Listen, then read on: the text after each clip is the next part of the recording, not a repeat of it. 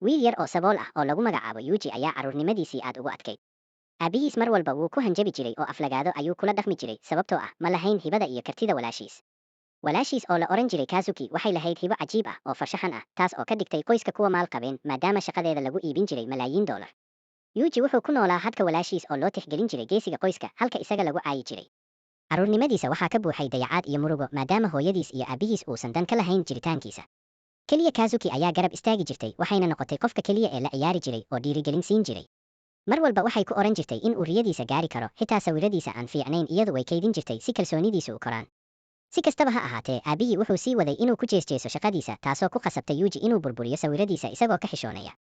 Maalin maalmaha ka mid ah, Yuji wuxuu guriga kula kulmay nin shisheeye ah oo yaab leh, kaas oo ku yidhi inuu shukulaato ka qaato sanduuq uu watay. Aabihii mar kale ayuu ku caayay isagoo ku sheegay eeb qoyska u taal, hase yeeshee ninka shisheeyaha ah ayaa si qarsoodi ah ugu qoslay. Sanadihii markay sii socdeen, Kazuki waxay go'aansatay in ay qariso hibadeeda oo aysan sii wadin waxbarashadeedii farshaxanka ee Paris si ay ula joogto walaalkeed. Waxay bilowday inay waqtigeeda kula qaadato iyagoo akhrisanaya manga si Yuji uusan u noqon nin keli ah noloshiisa inteeda kale. Waxay ku tiri, ma doonayo inaad noqoto sida aabaha oo kale, samayso saaxiibo. Laakiin xaaladda qoysku mar walba way ka sii dartay. Mar kasta oo qoyska ay casho fiican cunaan, Yuji waxaa loogu reebi jiray kibis qallalan oo barafaysan. Keliya wuxuu ku qasi jiray biyo si uu afka ugu dhaxdo. Markay Kazuki aragtay, way oyday oo ku tiri, quraacda ama cuntada qabow iska dhaaf, wax kasta oo jirta ku cun. Laakiin Yuji wuxuu uga jawaabay, haddii aan sidaas sameeyo, waalidka way igu xanaaqi doonaan. Kazuki aad bay uga murugootay sida walaalkeed loo dhibaateeyo, waxayna isku dayday inay waalidka ku qayliso oo difaacdo Yuji. Hase yeeshee, waxba isma bedelin. Aabahood wuu sii waday nacaybkiisa cad, hooyadiina si bareer ah ayay u dayacday si aysan uga caraysiinin aabaha. Maalin uu Yuji guriga ku soo laabtay isagoo soo daahay, wuxuu u sheegay walaashiis Kazuki inuu ciyaar la ciyaaray saaxiib cusub. Kazuki si degdeg ah ayay u weydiisay haddii saaxiibkaasi gabadh yahay. Markuu yidhi haa, way ka xumaatay oo ku tiri, waa inaad ogolaansho iga haysataa markaad gabdho la saaxiibsanayso. Yuji wuu aqbalay wuxuuna ku dhaartay inuu raaligelinteeda mar walba raadsan doono. Kazuki waxay noqotay mid aad ugu xun markuu walaalkeed saaxiibo la yeesho, waxayna ka dhigtay mid gacanteeda ku jiro iyadoo kuwa cadqaaday inay mar uun u keeni doonto gabadha ku habboon. Xitaa maalin bay weydiisay inuu doonayo inuu qubays la galo iyadoo ku dooday in walaalaha caadiga ah sidaas sameeyaan. Markii ay manga u akhrinayeen, waxay si lama filaan ah u weydiisay inuu abid gabadh dhunkaday. Intaas kadib Kazuki ayaa dhabannada ka dhunkatay walaalkeed iyadoo ku oranaysa, tani waa jacaylka dhabta ah ee aan adiga kula wadaagayo. Maalmo kadib, Kazuki waxay iska dhigtay arday dugsiga sare ah oo caadi ah, waxayna ku biirtay koox kubadda kolayga ah. Inkastoo ay lahayd hibo qarsoon oo aan caadi ahayn, haddana way qarisay. Saaxiibadeed waxay u adeegsataa sida shax ay ku ciyaarto iyada oo mararka qaar si qarsoodi ah u maamusha xitaa waalidkood. Arrintaas ayaa cabsi ku abuurtay Yuji, laakiin maadaama uu ku tiirsanaa walaashiis, wuxuu jeclaa inuu sidaas nolosha ku sii wado. Laakiin maalintii masiibada ayaa timid. Bas ayaa ku dhacay buuro dhaadheer, waxaana ka badbaaday keliya gabar timo guduud ah oo yar. Shilkan ayaa qoyska oo dhan gilgilay. Aabihii Yuji wuxuu galay niyad jab qoto dheer, wuxuuna u galay khamriga. Xanuunkiisa iyo xanaaqiisa ayaa sii kordhay, hooyadiina mar kasta waxay isku dayday inay Yuji qariso marka uu aabihiis guriga yimaado. Yuji waxa uu mar walba xusuusan jiray qaylada aabihiis iyo hooyadii oo had iyo jeer ku celcelin jirtay, waan ka xumahay. Aabaha wuxuu noqday midka ugu xun ee waalid la yiraahdo. Sidaas darteed Yuji iyo hooyadiis way ka carareen guriga waxayna degeen guri cusub. Halkaas ayuu Yuji markii ugu horreysay dareemay farxad maadaama hooyadiis ay u cunto karin jirtay gacanteeda, inkastoo ay sabool ahaayeen. Laakiin nabadaas ma aysan sii jirin. Sanad kadib, aabihii ayaa mar kale helay. Markuu yimid, wuxuu hooyada ku yidhi, waxaad isiin doontaa ukunta dahabka ah mar kale. Yuji oo aan ka adkaysan karin sida hooyadiis loo bahdilo ayaa isku dayay inuu joojiyo aabihiis. Laakiin aabihii si xoog ah ayuu u tuuray Yuji, wuxuuna ku dhuftay qaboojiyaha. Markaas ayuu Yuji go'aansaday qalbigiisa inuusan marnaba cafin aabihiis, xusuusna wuxuu ku celceliyey su'aashii walaashiis Kazuki mar hore weydiisay, haddii aad nin dili lahayd, gacanta kee baad isticmaali lahayd?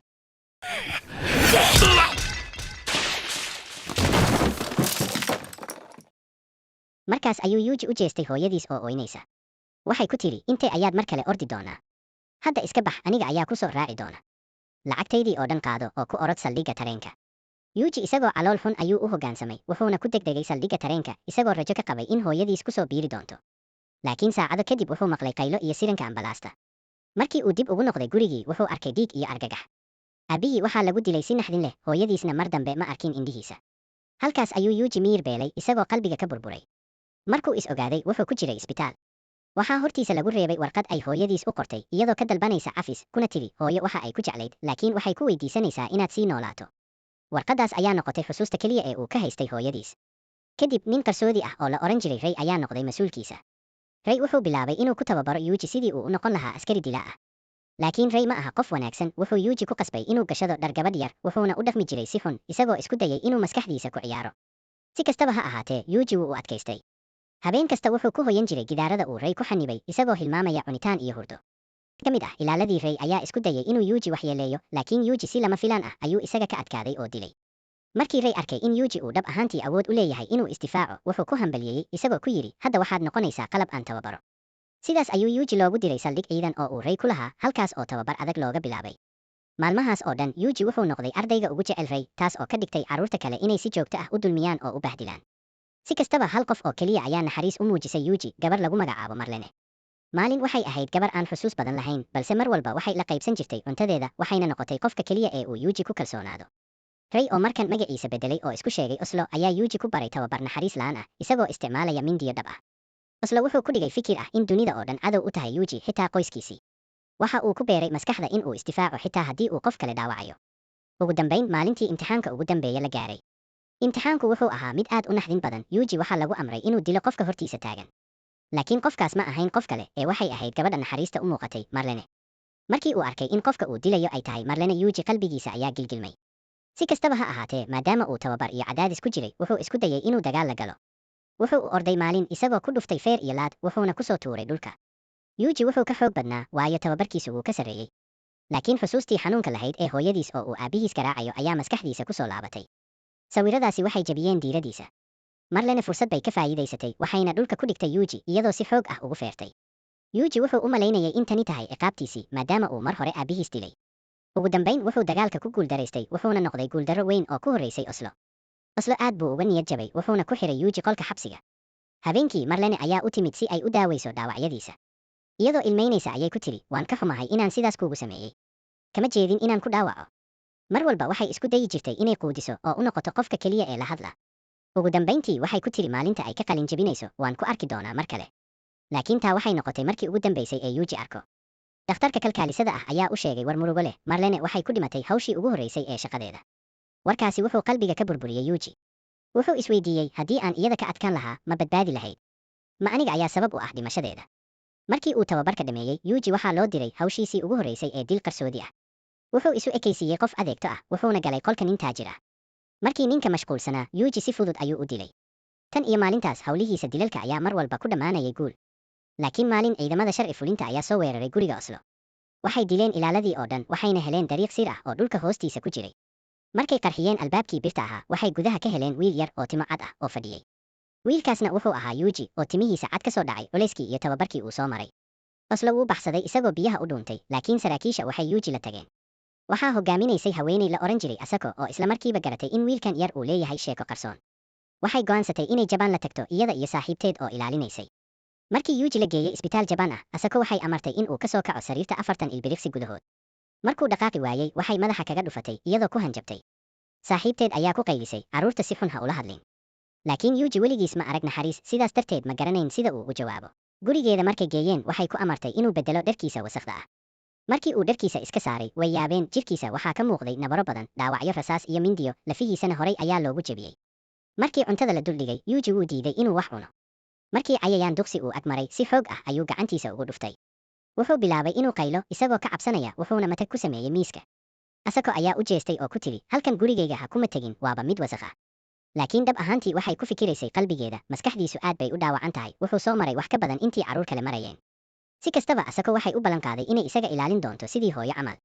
Maalinta xigtay waxay isku dayday inay qasab cunto ku geliso, iyadoo dhabarka ku dul fadhida. Yuji wuxuu baryay Jibi iga badbaadi. Laakiin Asako waxay ku tiri Jibi ha ku aaminin isaga, wuu kugu khiyaamaynayaa. You're a victim. Ugu dambayn Jib ayaa karisay cunto sax ah oo uu Yuji ka aqbalay. Taasi waxay ahayd markii ugu horreysay ee uu wax cuno isagoo dareemaya xasilooni.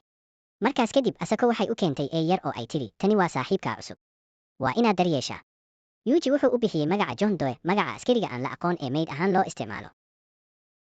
Markii uu eyga la ciyaarayay, Jib waxay tiri, tani waa markii ugu horreysay ee aan ku arko adiga oo u eg ilmo caadi ah. Bilihii xigay, Asako waxay shaqadeeda ka tagtay si ay ula joogto Yuji, inkastoo Jib ka digtay in haddii ay sidaas samayso, la xabsi dhigi karo ama la dili karo. Laakiin Asako waxay ku jawaabtay, ma rabin inaan dhinto, sababtoo ah waa inaan Yuji ilaaliyaa. Indhahayguna hoos ayay u sii dhacayaan, ma sii ahaan karo toogta fiican. Asako waxay go'aansatay in ay si dhab ah u tababarto Yuji si uu u noqdo nin adkaysi leh oo uusan mar dambe ku noolaan cabsi iyo murugo. Markii hore waxay ku tiri, carruurnimada hoose waxaa lagu jecel yahay orodka iyo ciyaarta. Dugsiga dhexe waxaa lagu jecel yahay dagaalyahanada geesiga ah. Laakiin dugsiga sare, gabdhaha waxay ku jeclaanayaan aqoonta iyo garaadka. sidaas darteed waa inaad barato wax walba. Waxay ku qasabtay inuu akhriyo buugaag badan, mararka qaar buugaag manga ah, mararka kalena buugaag cilmiyeed. Waxay ku tidhi, wax kasta ku akhri, waxaan kuu iibin doonaa intaad rabto. Yuji wuxuu bilaabay inuu fahmo in xoog keliya uusan ku filnayn, balse aqoonta iyo xikmaddu ay muhiim yihiin. Markii uu wax akhriska dhammeeyey, Asako waxay la fadhiisatay iyadoo qoryo nadiifinaysa oo sigaarka cabaysa. Waxay ku tidhi, abid maad qori riday. Subaxdii xigtay waxay la aaday dhulka bannaan si uu ugu tababarto. Rasaastii ugu horreysay ee uu ka riday 300 oo mitir wuu seegay, laakiin wuxuu ku adkaystay inuu mar kale isku dayo. Markuu bartilmaameedka ku dhuftay, Asako waxay siisay hadiyad qori qaas ah oo ay ku qoran tahay lambarka 929, taas oo ahayd lambarkeeda sirta ah ee ay ku shaqayn jirtay. Waxay ku tidhi, qorigan adiga ayuu hadda kuu yahay. Laakiin ha iloobin, mar walba jidkaaga raac, hana quusan.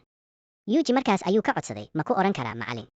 Sababtoo ah adigu ma tihid hooyo, ma tihid walaal, mana tihid aabe. Waxaad ii tahay macallin.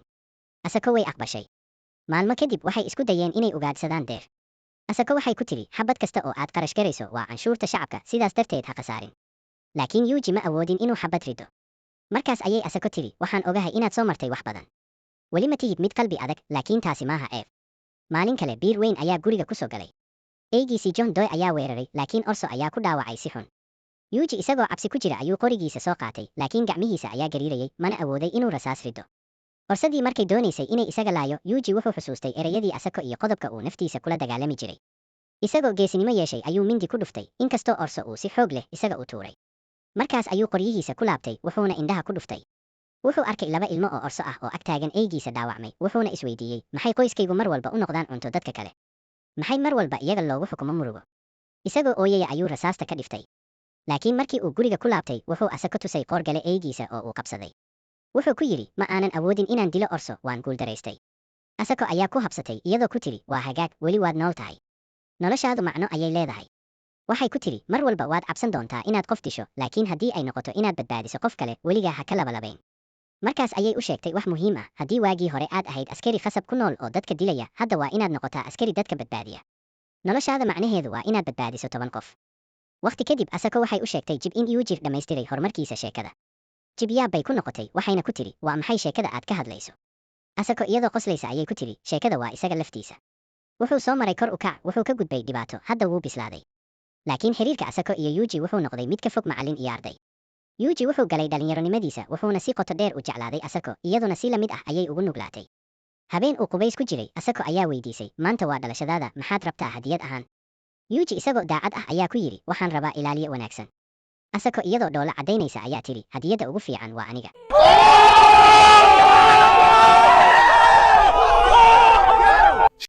Aniga laftayda ayaan ku siinayaa. Sidaas ayayna jacaylkoodu u bilaabmay. What do you mean by that? Muddo 2 sano ah ayay wada noolaa, maalin walbana jacaylkoodu wuu sii xoogaystay. Jib markii ay maqashay arrintan aad bay uga carootay, iyadoo ku tiri Asako, tani waa khalad. Adigu waa tababartay, waa ardaygaaga. Laakiin Asako waxay ku dooday in Yuji hadda yahay nin ay iyaduna tahay haweeney, noloshooduna ay sidaas isu qabsatay. Sensation. Sanado kadib caafimaadka Asako wuu bilaabay inuu hoos u dhaco. Gacmaheeda ayaa gariirayay mar kasta oo ay sigaarka qabato ama wax cabto. Yuji wuxuu arkay isbeddelka, wuxuuna mar walba ku baryay, Joji, fadlan. Adiga ayaa keliya iiga haray. Ma doonayo inaan ku waayo. Laakiin Asako mar walba waxay ku tidhi been, waan fiicnahay, waxba igama qabsan. Marba marka ka dambaysa caafimaadkeedu wuu sii xumaanayay. Hitaa howlo badan oo ay qaadi jirtay, Yuji ayaa u qabtay si uu iyada u dejiyo. Laakiin Asako waxay ugu dambayn ku tidhi, noloshaada hadda adiga ayaad u nooshahay, ee sii wad jidkaaga, sii wad inaad dadka badbaadiso. Halkaas ayay ku jirtaa macnahaaga. Habeenkaas Asako way seexatay, weligeedna mar dambe toosin. Yuji qalbigiisa waxaa ka buuxay murugo aan la qiyaasi karin, laakiin ereyadii ay ka tagtay ayaa noqday nal hagaya mustaqbalkiisa.